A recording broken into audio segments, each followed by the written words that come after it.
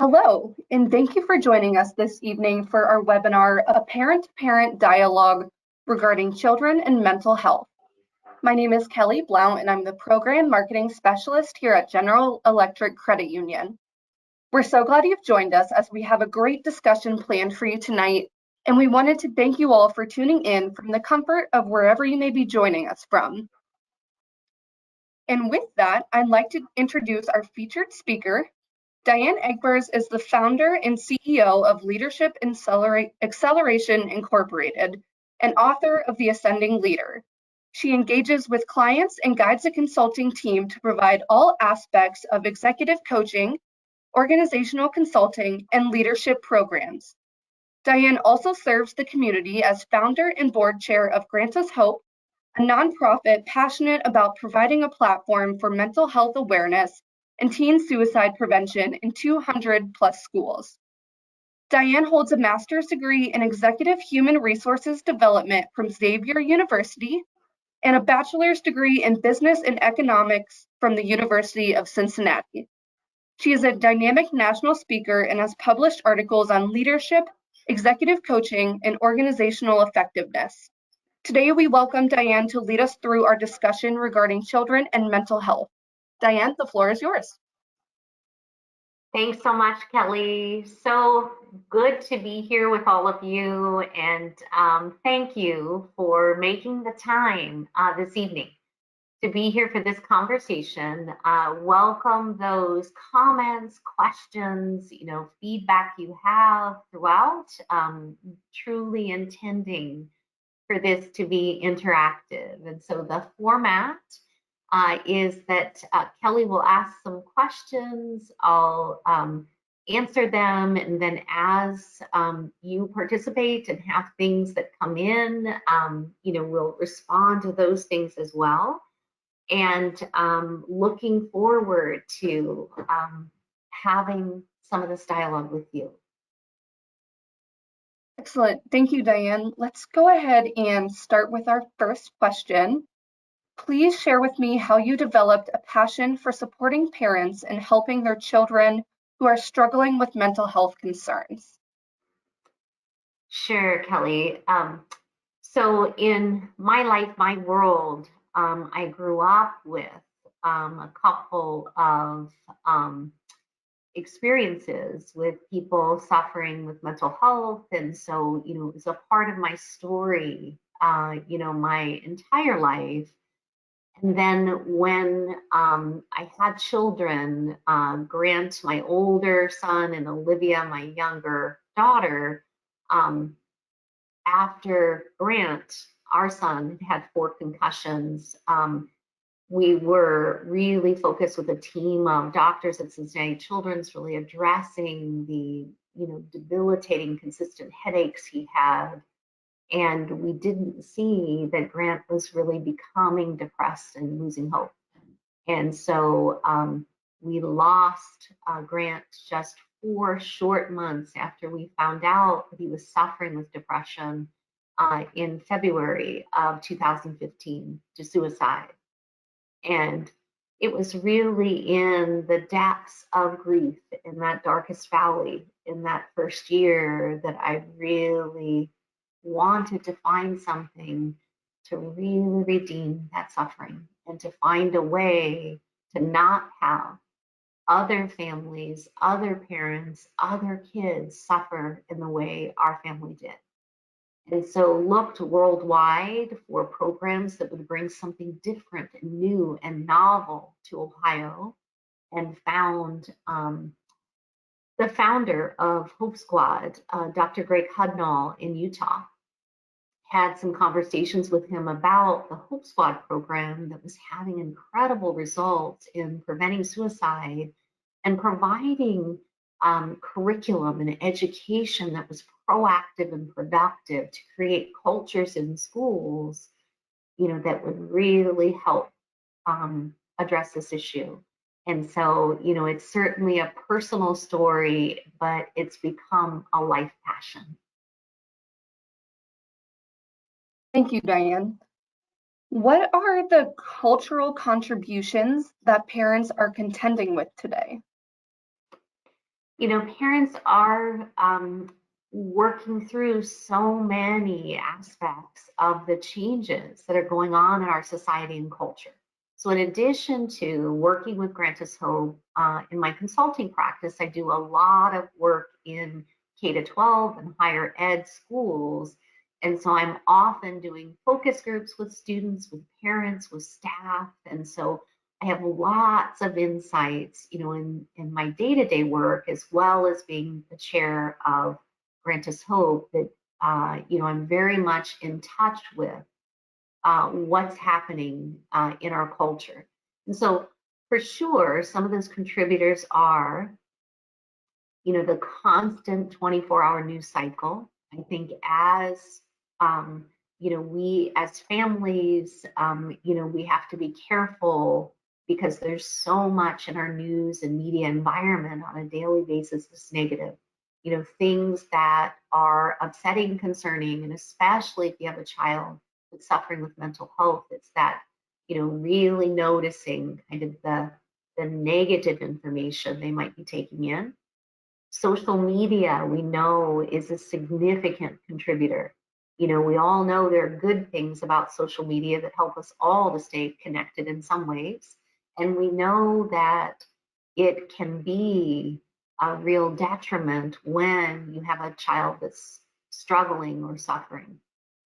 And so, we just have such data, to share with you in terms of, just what are those social contributors? And we know from NAMI, the National Alliance on Mental Illness, that 65% of teens say they're comfortable talking about mental health now in 2022 to those closest to them, but they only talk regularly with parents about mental health, and 48% and 22% with friends. 34% seek mental health information from parents, 18% from friends, and just 8% from the internet, and 6% from social media. So when we think about, if a child's being bullied, if they're having a tough time at school, it used to be that you would go home and have, um, a respite, a way to step away from that stress. And now with social media, those things can go on 24 hours a day, that our children feel like, there's not an escape from the pressures they might experience there. And so one of the things that we think culturally is, what is in that immediate social context and environment, and how do we as parents really attend to that, especially if we have a teen that's struggling. Yeah, and I think you're absolutely right with access to constant news cycle and social media. There are absolutely cultural contributions contributing to mental health. So kind of along the lines of social media, what is the impact of social media on our youth?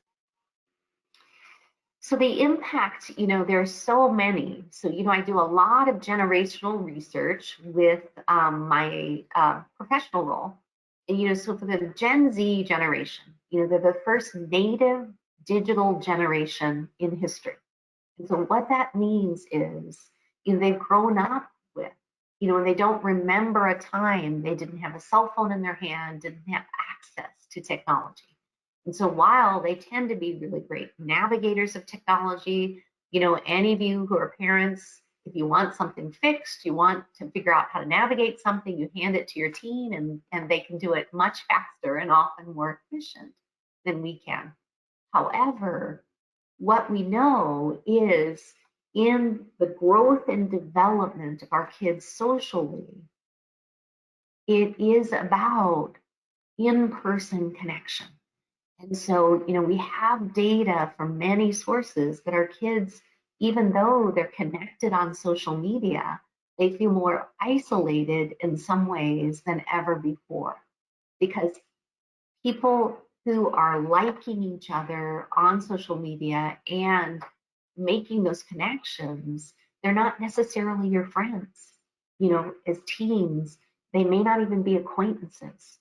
And so that can be a real false sense of who your friends are, can be a way in which, we feel like we're connected, but we really don't have those close friendships that, we're meeting up with and spending time with and setting social media aside and just enjoying time together. And so, it can't take the place of human contact and human interaction. And that's the part that we're learning is making our youth feel more isolated and lonely than ever. And I think our youth is viewing so many things and images on social media, and inevitably there's kind of that comparison and self-esteem and body image and various different things. So moving into our next question, how do you define the difference between self-image and self-esteem? Sure. So when we think about self-image is extrinsic. It's really how others perceive your child, perceive your teen. And so the self-image that we try to project is what we think others are going to find favorable. And so there's a lot in social media that promotes that. For adults on Facebook, lots of things posted when we have celebrations, when we have a reason to share something positive, and what we know about that is that it gives people a false sense of comparison to everybody's life might be more perfect than mine. And so the same applies to Instagram, the same applies, to how our kids are seeing others and comparing themselves. Self-esteem then is truly intrinsic. It's what we think of ourselves. And over time, we as adults learn as we grow and mature and become more authentic as parents and as people to listen to that inner voice. But in order to listen to it, we first have to nurture it. And we have to spend time really getting to know ourselves, what our strengths are, what our limitations are, what we're great at, and a lot of the time spent, the latest data for teens is they're spending somewhere between 4 and 6 hours on social media a day. Well, that's 4 and 6 hours, between 4 and 6 hours that they're not spending on things that really contribute intrinsically to their self-esteem. Getting really good at cooking, at hobbies, at sports, at things that really grow your sense of self, things that we learn about ourselves as being strong researchers and capable of accomplishing things. All of those things are intrinsic sense of self-esteem.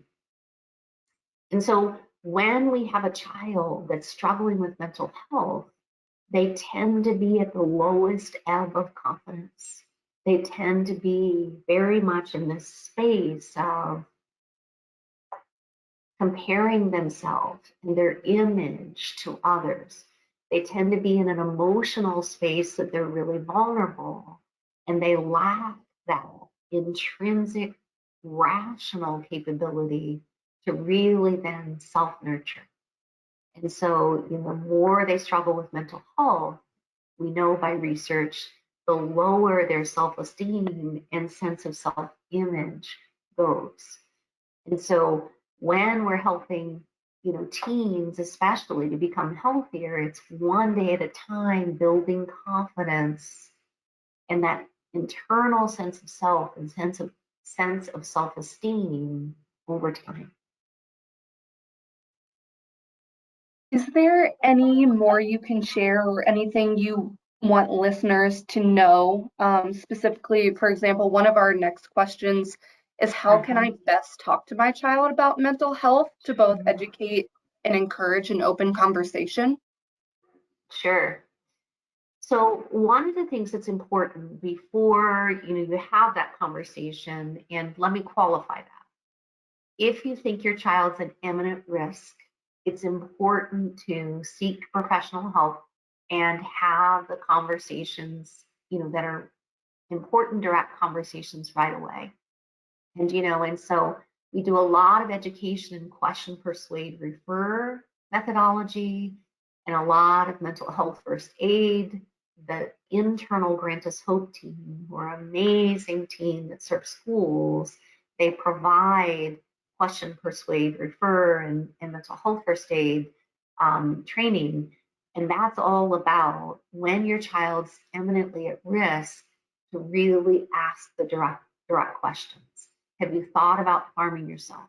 And if the answer is yes, if so, do you have a plan? Can you tell me about that plan? And if your child has an imminent plan, they're thinking about how, that they might end their life, then you know that immediate help is needed.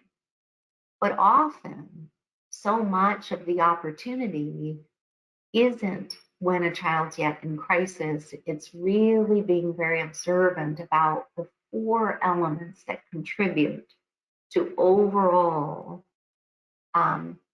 sense of well-being. And so we want to be really observant about the social aspects of what's going on with our team. We want to be observant about the physical changes, things that relate to spiritual elements, and then also psychological. And so Kelly, would be helpful at this point to for me to give an example of some of those. Absolutely. Yeah, I think any Okay. information you're willing to share is totally helpful and appreciated. Okay.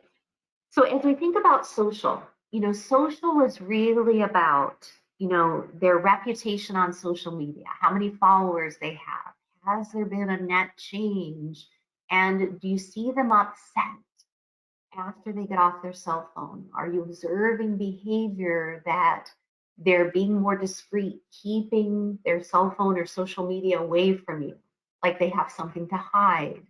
Are you seeing differences in how they're interacting on their phone and indicators that whatever's happening on social media might be causing them stress? And if we're seeing that, really good from a social standpoint to take note and then to create some of those open conversations. So, can you share with me what's happening with your friends as you're interacting with them? Are there things going on that you want to talk to me about?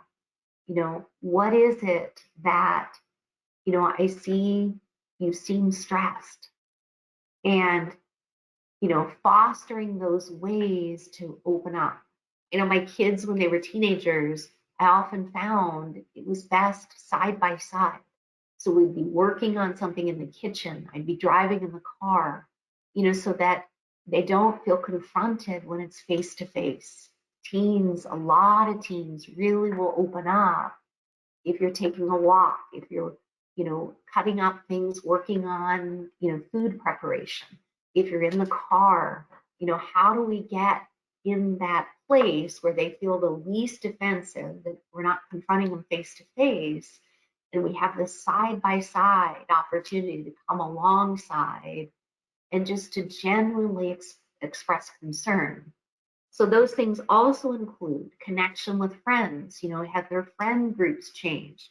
Has there been a boyfriend or a significant other change that's occurred? Their extracurricular activities, if they quit something, or are they not participating in ways and clubs and things that they used to do? What are you noticing socially? Are they spending a lot of time away from family? And do you see in those social interactions a change in their confidence level?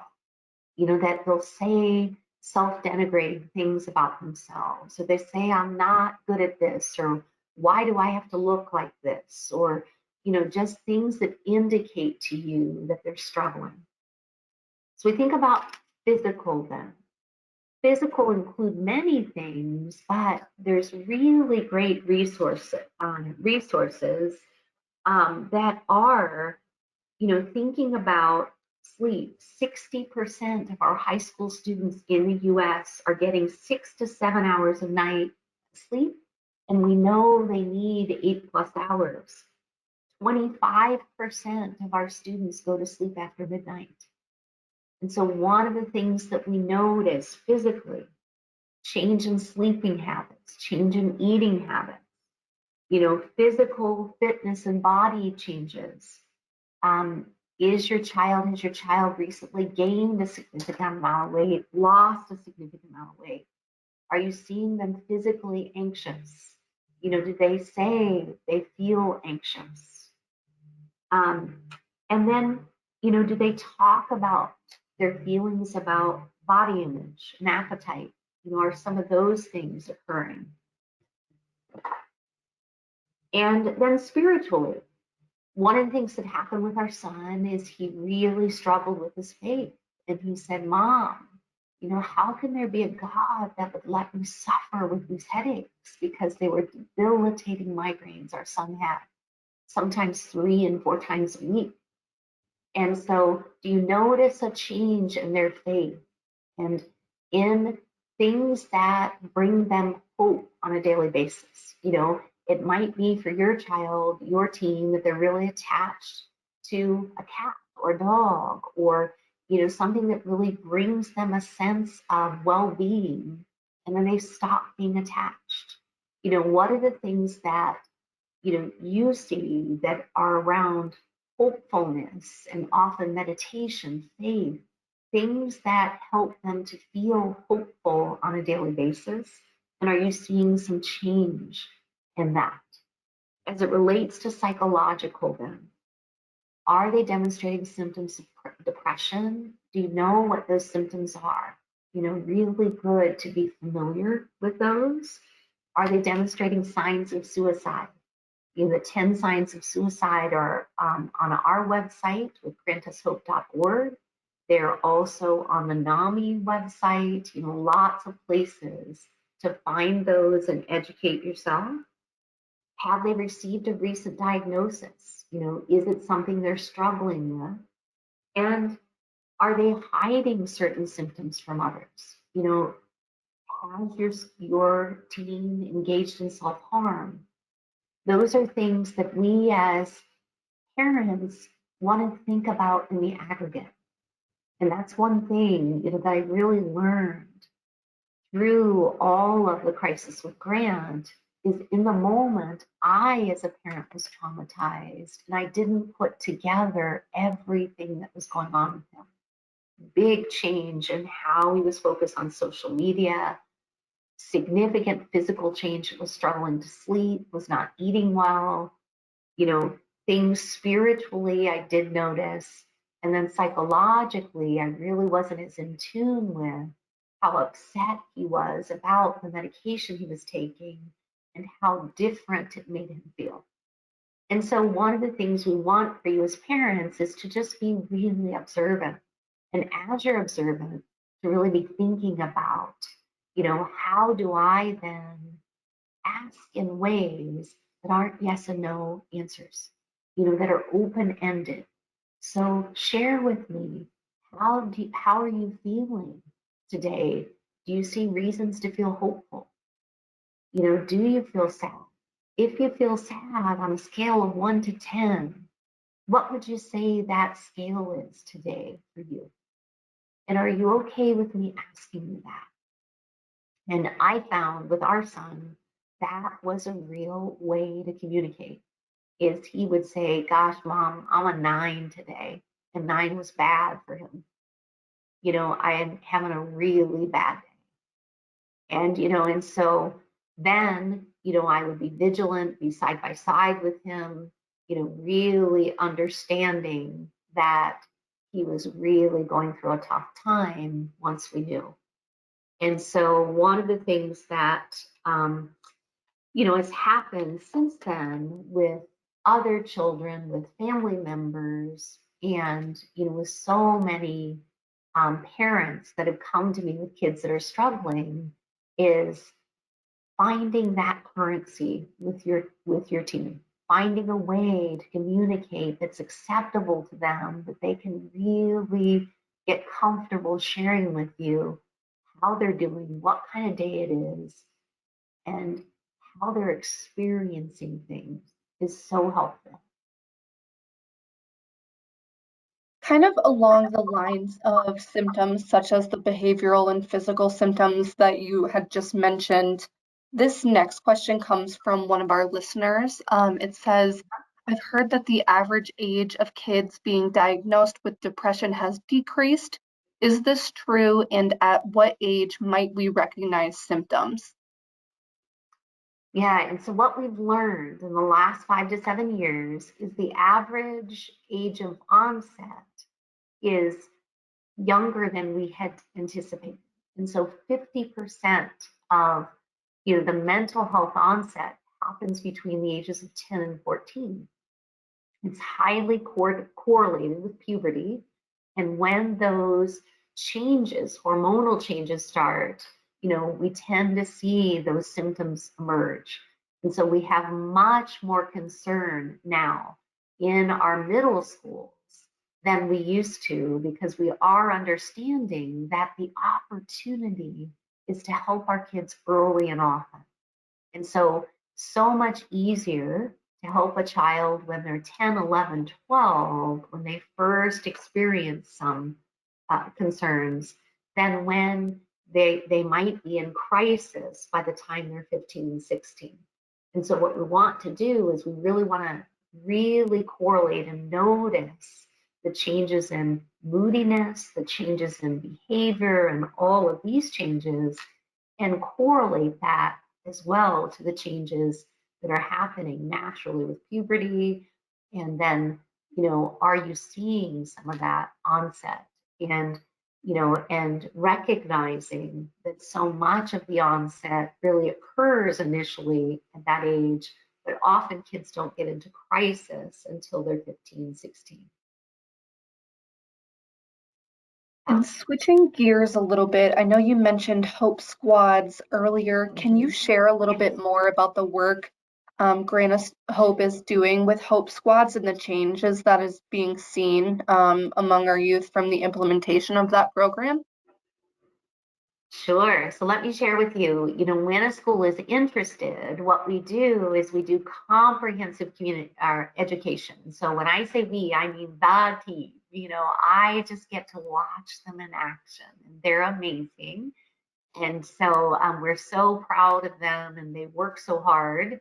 And so what happens is, let's start with the students and work our way around. So the students go through a nomination process, and what the students are asked is, if you're struggling, with mental health, who are the 3 people you would go to?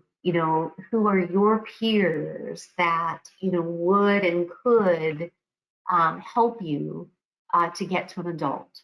And so what we find in most school populations is the same 20, depending on how big the school is, 20 to 50 names appear over and over again. And so those are often the kids that are nominated for Hope Squad. And so in high school, it's a 4-year curriculum. And so they're really trained in question, persuade, and refer, and understanding lots of aspects about the data around mental health, and then how to approach their peers in ways that help them to communicate and to talk, and then to refer them to an adult that they're comfortable with. And so then as we approach then a school, then there's training for teachers, training for administrators, training for coaches, training for parents, so that everyone in that community really have the knowledge and understanding they need to really help kids. Dr. Hudnall, who founded Hope Squad, had a quote that says, "It takes a village to raise a child, but it takes a community to save one." And we really believe that, because sometimes the student's comfortable going to their coach. Sometimes it's a school counselor. Other times it's a teacher.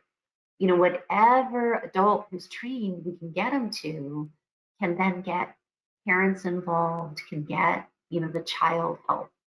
And, in my case, my son's friends knew 9 months before we as a family knew. And so that is the nature of our culture. There's so much in our culture because phones are inherently independent. It keeps kids from often reaching out to their parents. And so one of the things that we know is a peer-to-peer system really helps our kids to get help early and often. So you can imagine in year one, people are like, what is this Hope Squad? And they're just kind of curious, and they see, kids wearing Hope Squad shirts, and they know their kids they can come to, but it takes a while to educate a school about what Hope Squad is really there to do, is to help kids get help, and in the school culture, for it to be okay not to be okay.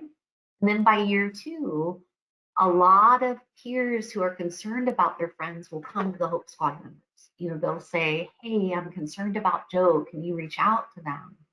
And in the culture, by the time we get to year three, kids themselves will come forward because they know that this is a culture that everyone cares about me, but especially Hope Squad students who want me to get help if I'm struggling. And so it really does change the culture over time.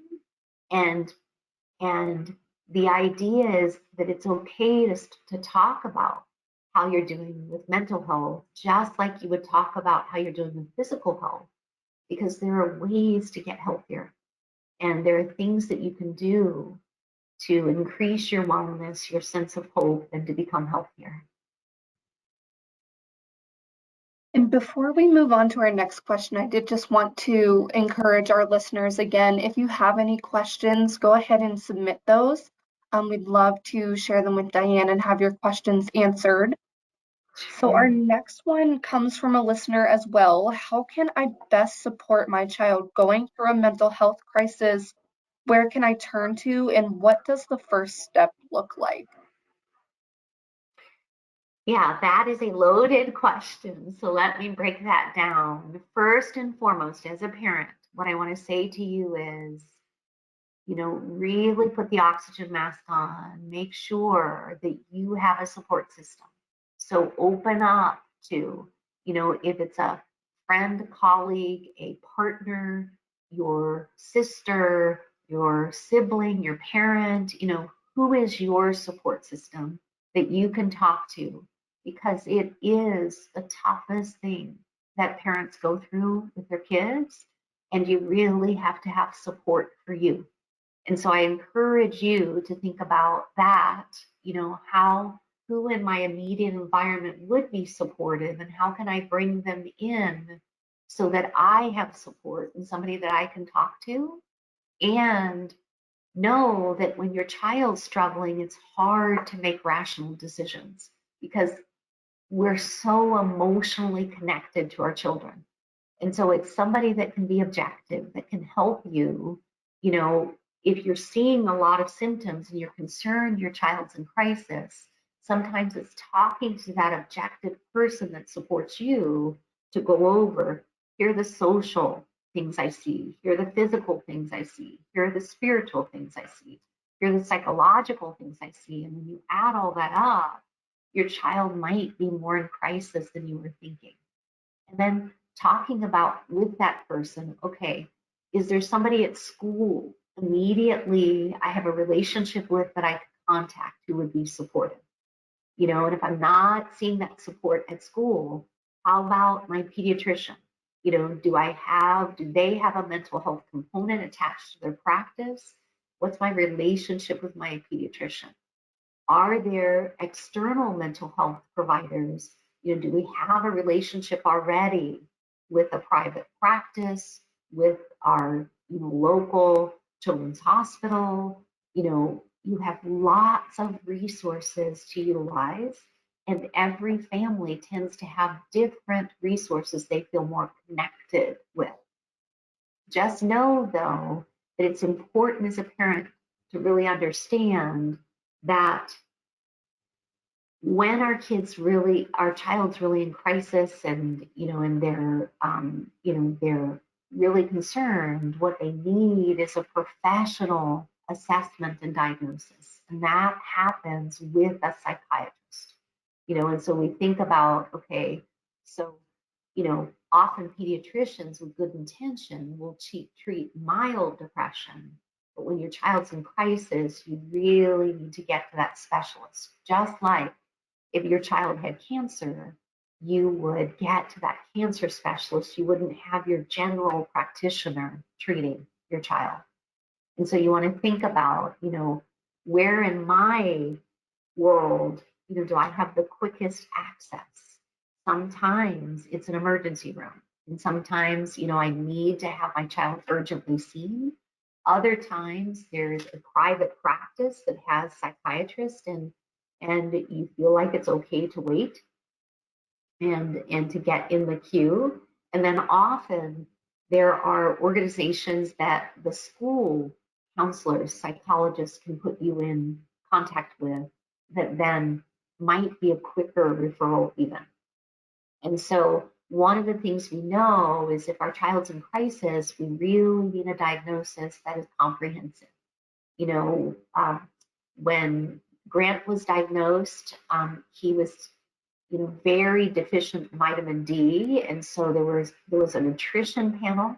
There was a panel around what medicines would be best for him.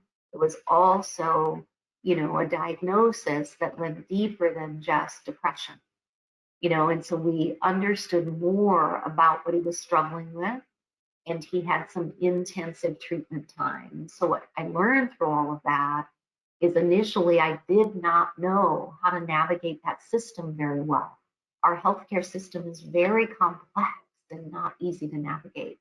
So encourage you to really think about, what are your natural points of contact and how can you navigate from there to really make sure your child gets to the right professional to get a diagnosis.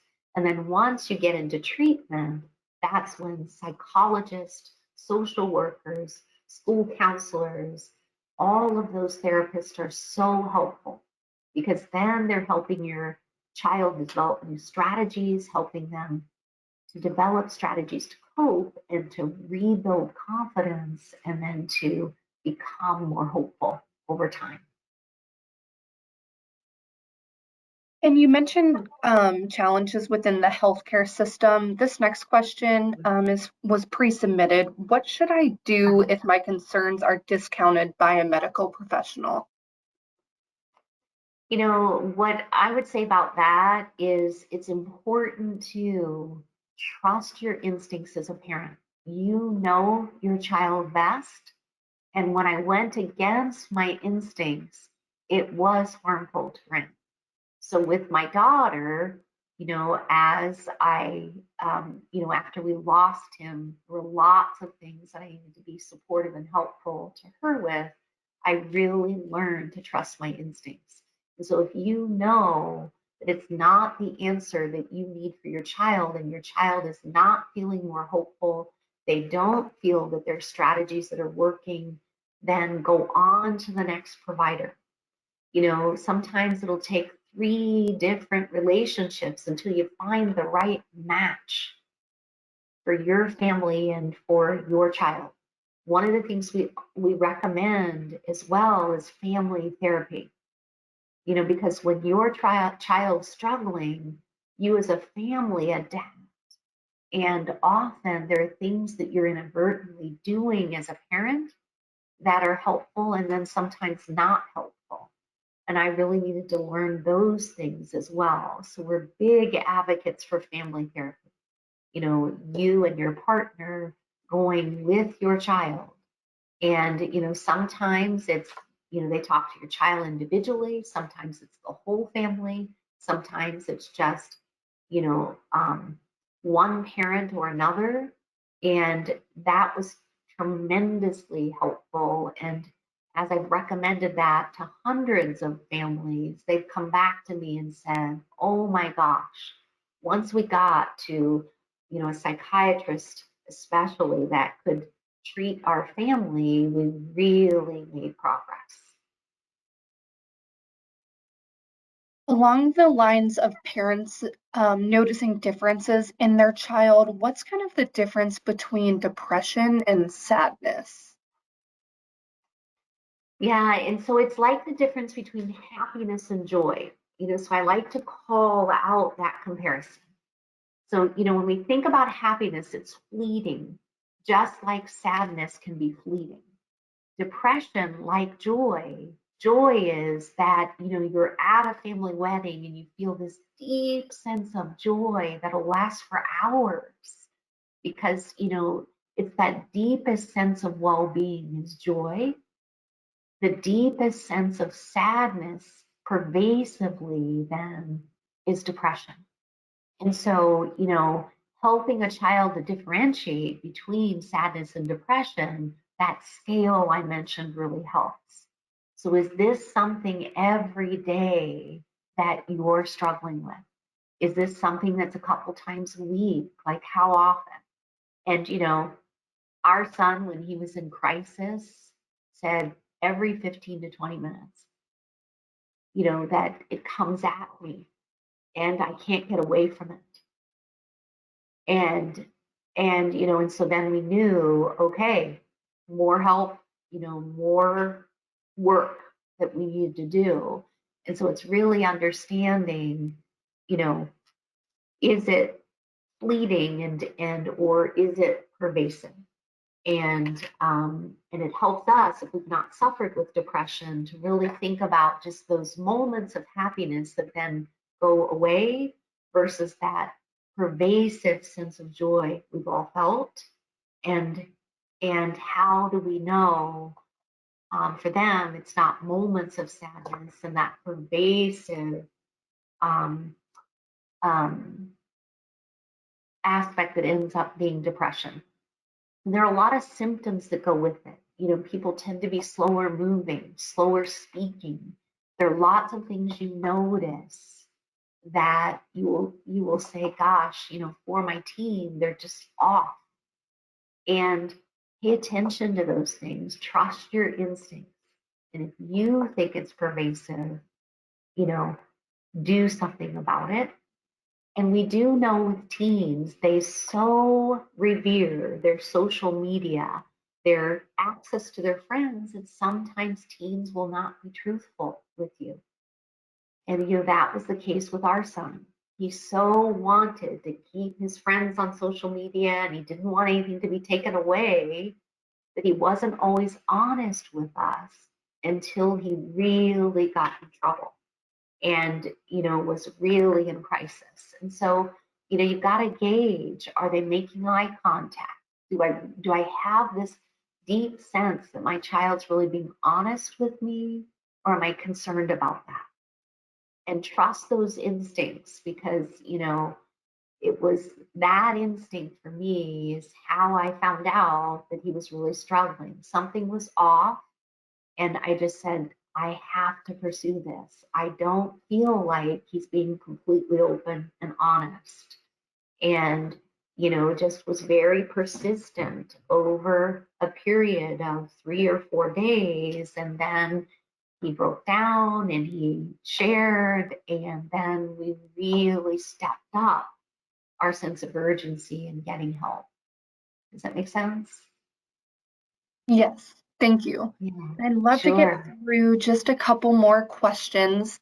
This next one Sure. just came in. It says, this is such a Uh-huh. sensitive topic and it's such a hard situation. Any thoughts on how to start the dialogue? What do you say? Yeah, and so I'm supposing they're thinking about how you start the dialogue with your child, and Yes. versus how you start the dialogue with those other care providers, and because it's the stigma is so hard to cross, and so ways to draw your teen out are, so tell me more about what's going on with you and your friends. I've noticed some changes recently. Share with me, how are you feeling about your faith? I've noticed that you know, I don't see you praying as much, or, you know, I noticed you're not participating when we go to service, or, you know, so you're combining help me understand with there's something I noticed and I'm concerned about. You know, so that's kind of on the surface of getting them to open up and talk. You know, and how do you know, have the conversation so they don't feel judged, they don't feel as if they're being interrogated, but you're just saying, share with me, you know, help me understand, tell me more. Can you give me an understanding of what this feels like? And, you know, and it wasn't until I was able to say that to my son that he said, Mom, it comes at me every 20 minutes. Every 20 minutes, I have to fight it off, and I'm terrified of it. And it just then, I immediately knew I was not doing enough, right? But it was that deep listening, and listening in a way that I want to learn, I want to understand, I want to just walk a mile in your shoes, and being a deep, compassionate listener. And, you know, and that part of it is the skill set that parents really need to embrace. Thank you for helping to provide some of those talking points for our parents who are listening in tonight. I think Yes, this might be our last question. It's sure. asking, how do you feel the stigma and conversation around mental health has changed in the last 10 years, and where do you kind of see it going in the next 10? Well, you know, this generation, you know, the kids that are in high school now, and our junior high kids, the Gen Z generation, they're the most accepting generation. They are our hope for the future overall. And this is the generation that will make this vital culture change, because they have such a desire. And when you really listen to them, they want to accept every student for who they are. That's why Hope Squad is so successful, is because this is a generation already that wants to love and care about their peers. And so I'm very hopeful about the change, the sea change that'll happen with this generation. And I think our role in it is to really embrace this mindset that it's okay not to be okay, that we've got to think about mental health like we think about cancer. You know, just because we can't see it and we can't on an x-ray or on a sonogram see where the cancer is, it's real to our child. And we've got to have them make that comparison often when they're in crisis. You know, if you had cancer, would your friends come around you and support you? Absolutely they would. Well, you need your friends now. And so being open with them is okay, because that's how we get through. I don't know, I've lost count the number of parents that will call me with college students in their first year in crisis. And the first thing I help them do is bring all of the college roommates into the picture and create a support system right where they are. And, you know, and so much of what we want to do about the stigma is we want to kind of examine our own mindsets, embrace new language, new ways of thinking, and new ways of talking that really help our child see that we're letting go of what used to be. And so, really encouraging data. I said to you, 65% as of 2022, students now, teens, feel comfortable talking about their mental health. Well, that was somewhere in the 20 percentile 10 years ago. And so, you know, that's a huge jump in 2022. We also have data that 64% of students feel more stressed than they think their parents were at this age.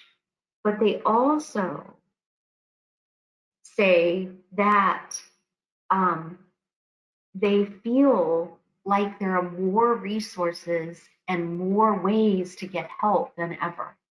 And so, between what the education that's going on in our world and community and the vital education that's going on in schools and making mental health more accessible to students, the net impact is that students are seeing that when they're struggling, it is more okay to ask for help, and they know more about who to go to and how to get help. And so we're seeing that trend across the board, which is very encouraging. Thank you. I believe that was our last question. So Diane, I wanted to open it up to you just to see if there was any final bits of information or advice you would like to share for our listeners tonight. Of course. Yeah, and one of the things that I like to share is when your child is struggling, and especially those of you that are concerned that your child's in crisis, you are their hope on a daily basis. And so that requires an incredible amount for us as parents because we're struggling too. And any time our child's struggling, oh my gosh, are we right there with them emotionally? And so what we have to do is we have to recognize that we need to bring light and hope and hopeful things into their world when they're struggling to do that. So sometimes it's getting them a new pet. Sometimes it's doing things that you always love to do together. Sometimes it's stepping up family time. Sometimes it's just one thing every day, that note in their lunch, the way that you encourage them to be hopeful, to have them see that you have not lost hope. You believe that they are going to get healthier and they are going to be well and they're going to live a long life. Suicide is preventable. And I am so happy to be able to sit here and say that to you. I've dedicated now my life to helping parents to help their kids. And part of that is being the hope that they need when they're feeling hopeless. And so that requires us to manage so much of the emotion we're feeling and not being too discouraged and not being sad ourselves and recognizing it's the very time when they need us the most. And so, just think about, what am I doing to acknowledge something positive in my teen, my child every day? And what am I doing to show them that there are reasons to hope, little and big? And so I just encourage you as a parent to not lose hope yourself, to know that you're the most important, most influential beacon of hope for your child, and to embrace that. And it really helps you to feel like you're doing something constructive and positive every day, is modeling that. And it's not the Pollyanna, hey, I'm going to ignore your symptoms, because there's a reality of them maybe sharing with you where they are on a scale of 1 to 10 every day. But it's the little things, the things that you just show them that there is a path forward. You are going to get through this. There is hope for a bright future for you. Thank you so much, Diane, for spending time with us this evening. It has truly been a pleasure to hear your story, experience, and insights regarding mental health. Once again, thank you all for joining us. Hope you have a great rest of your evening. Thank you, Kelly.